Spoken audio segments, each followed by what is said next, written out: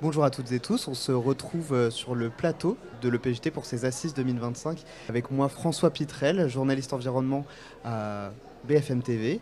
Bonjour.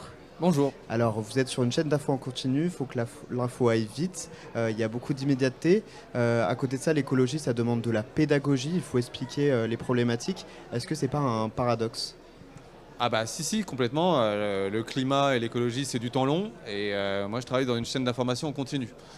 Donc forcément c'est un savant dosage qu'il faut faire dans le choix des reportages qu'on veut faire pour qu'ils soient à la fois réactifs par rapport à une actualité du moment. Donc ça heureusement on a une rédaction qui est assez fournie en effectifs pour pouvoir partir sur, je ne sais pas, une inondation, une catastrophe naturelle, pour voilà, développer ces actualités qui sont du domaine climatique, météo et climat, dans le quotidien. Après, il y a des sujets d'actualité comme ça qui surgissent, donc il faut aussi être assez réactif.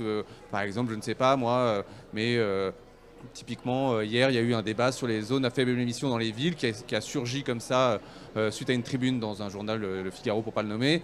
Donc on s'est dit, il faut qu'on aille tout de suite faire un reportage aujourd'hui pour mettre à l'antenne demain sur cette question-là. Et si on fait le reportage mercredi, il sera plus valable parce que le moment médiatique de cette question-là, pour nous en chaîne d'info, il sera passé.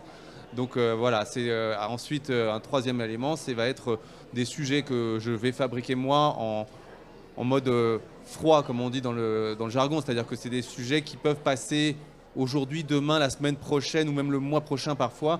Et c'est pas très grave parce qu'ils ne sont pas datés. Et ça ne nécessite pas de les passer absolument à un jour donné. Mais on essaye de les raccorder quand même à une actualité.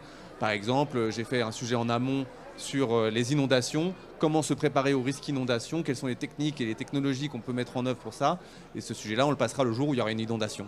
Vous parlez d'inondations, de catastrophes naturelles. Est-ce que vous ne trouvez pas qu'on accorde un peu trop d'importance à l'instant T sur ces actualités-là et qu'il n'y a pas forcément de suivi après, que c'est des sujets très ponctuels et spectaculaires? Alors c'est une super porte d'entrée pour parler de climat aussi.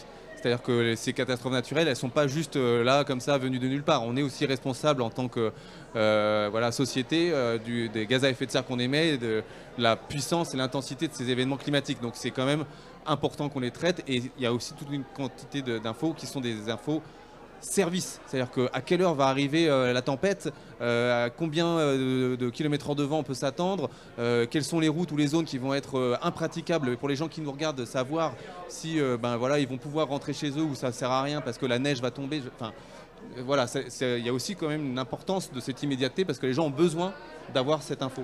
Et puis dans un deuxième temps, il va y avoir après le traitement de cette info. Et donc là, on va mettre en perspective, en plateau, avec des experts ou moi, sur les questions environnementales pour expliquer ces phénomènes. Merci beaucoup François Pitrel. On se retrouve pour la suite des informations sur la page YouTube de l'EPJT.